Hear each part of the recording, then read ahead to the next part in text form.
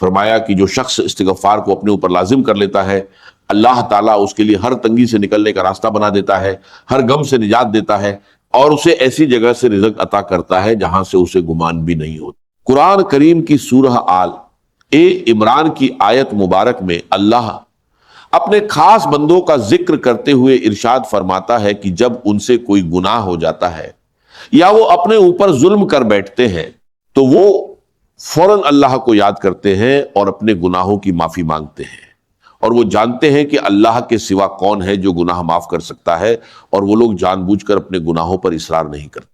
اس آیت کی تفسیر میں امام ابن کثیر نے حضرت انس رضی سے ایک روایت بیان کی ہے جو آپ کے ایمان کو تازہ کر دے گی۔ حضرت انس فرماتے ہیں کہ جب یہ مبارک آیت نازل ہوئی تو ابلیس یعنی شیطان زور زور سے رونے اور چلانے لگا۔ اس نے کہا، اے میرے رب، تیری عزت اور جلال کی قسم، جب تک تیرے بندوں کی روحیں ان کے جسموں میں رہیں گی میں انہیں بہکاتا رہوں گا۔ اس پر اللہ رب العالمین نے ارشاد فرمایا، اے ابلیس، میری عزت اور جلال کی قسم، جب تک میرے بندے مجھ سے استغفار کرتے رہیں گے میں انہیں بخشتا رہوں گا۔ وہ لوگ کتنے خوش نصیب ہیں جو آج اس مبارک مہینے میں اپنے سامنے چنوں کو رکھ کر سچے دل سے استغفر اللہ استغفر اللہ استغفر اللہ پڑھتے ہیں۔ اس میں کوئی مشکل نہیں۔ جب آپ اس ترتیب کے ساتھ استغفار کی تسبیح مکمل کریں گے تو رب کی رحمت کا سمندر جوش میں آ جائے گا، شیطان کی ہر چال ناکام ہو جائے گی، اور آپ کے گھر کی تمام پریشانیاں، جادو، بندشیں منٹوں میں ختم ہو جائیں گی۔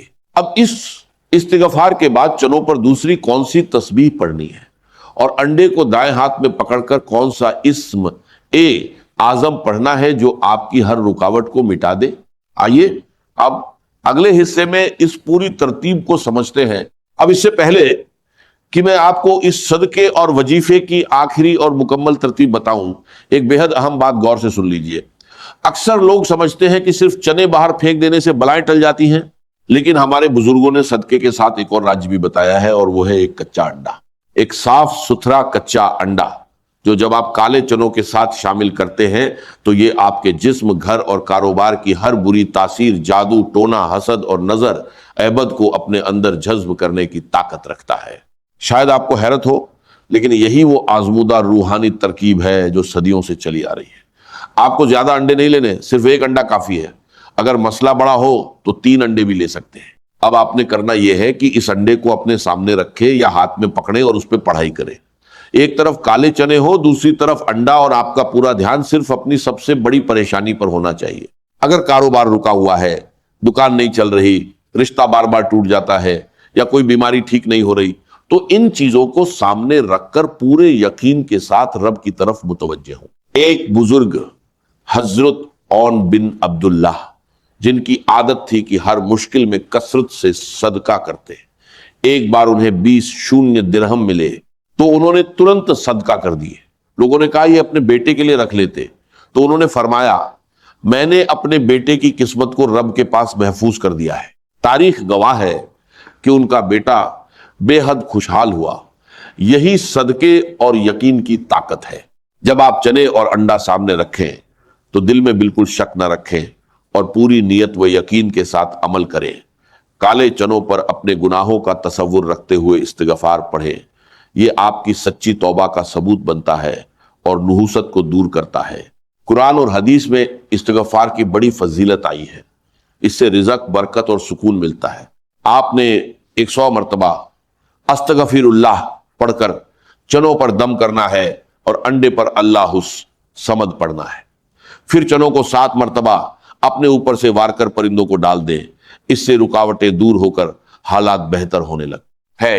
وظیفے کی قبولیت کے لیے 3 مرتبہ درود ابراہیمی ضرور پڑھیں، کیونکہ درود کے بنا دعا مکمل نہیں ہوتی۔ آخر میں یا اللہ اور اللہ الصمد پڑھیں۔ یہ مبارک نام برکت، سکون اور پریشانیوں سے نجات کا ذریعہ بنتے ہیں۔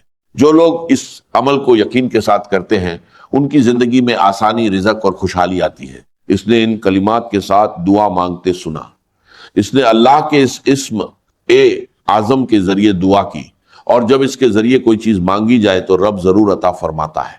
جب آپ اس انڈے کو ہاتھ میں پکڑ کر پورے دھیان سے 101 مرتبہ یا اللہ یا سمدو پڑھیں گے تو یہ انڈا آپ کے گھر اور جسم کی تمام نحوست، جادو، نظر، بد اور رکاوٹوں کو اپنے اندر کھینچ لے گا۔ یہ ایک خاص روحانی عمل ہے جسے صدیوں سے آزمایا گیا ہے۔ آج آپ کی تقدیر بدلنے کے لیے خاص موقع موجود ہے، بس دل میں ذرا برابر بھی شک نہ لائیں اور پورے اعتماد کے ساتھ اس عمل کو ایک کرائے آجود ہے کہ بھارت مکمل کریں۔ اب آپ نے اپنے سامنے رکھے ہوئے کالے چنے اور انڈے پر قرآن پاک کی سب سے چھوٹی اور عظیم سورت سورہ اخلاص پڑھنی ہے۔ سورہ اخلاص وہ مبارک سورت ہے جسے اللہ نے اپنی توحید اور پہچان کے لیے نازل فرمایا۔ جب آپ ان کالے چنوں اور انڈے پر صدقے کی نیت سے اس سورت کو پورے دھیان کے ساتھ 3 مرتبہ پڑھتے ہیں تو اس کی فضیلت اور تاثیر اس قدر بڑھ جاتی ہے کہ زمین آسمان کی کوئی بھی بلا، جادو یا بندش اس کے سامنے ٹک نہیں سکتی۔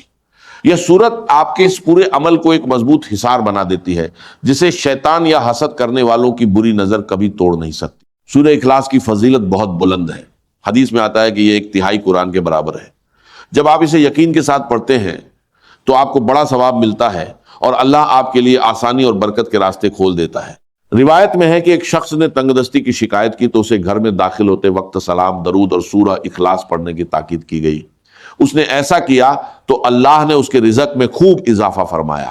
لہٰذا بسم اللہ الرحمن الرحیم کے ساتھ 3 مرتبہ سورہ اخلاص پڑھنا آپ کی تقدیر کے بند دروازے کھول سکتا ہے اور گھر میں برکت لا سکتا ہے۔ عمل کے بعد کالے چنوں کا صدقہ کر دیں اور انڈے کو 3 دن تک گھر میں رکھ کر پھر 7 مرتبہ اپنے اوپر سے وار لیں۔ اس کے بعد اسے بہتے پانی میں بہا دیں یا پاک مٹی میں دفن کر دیں۔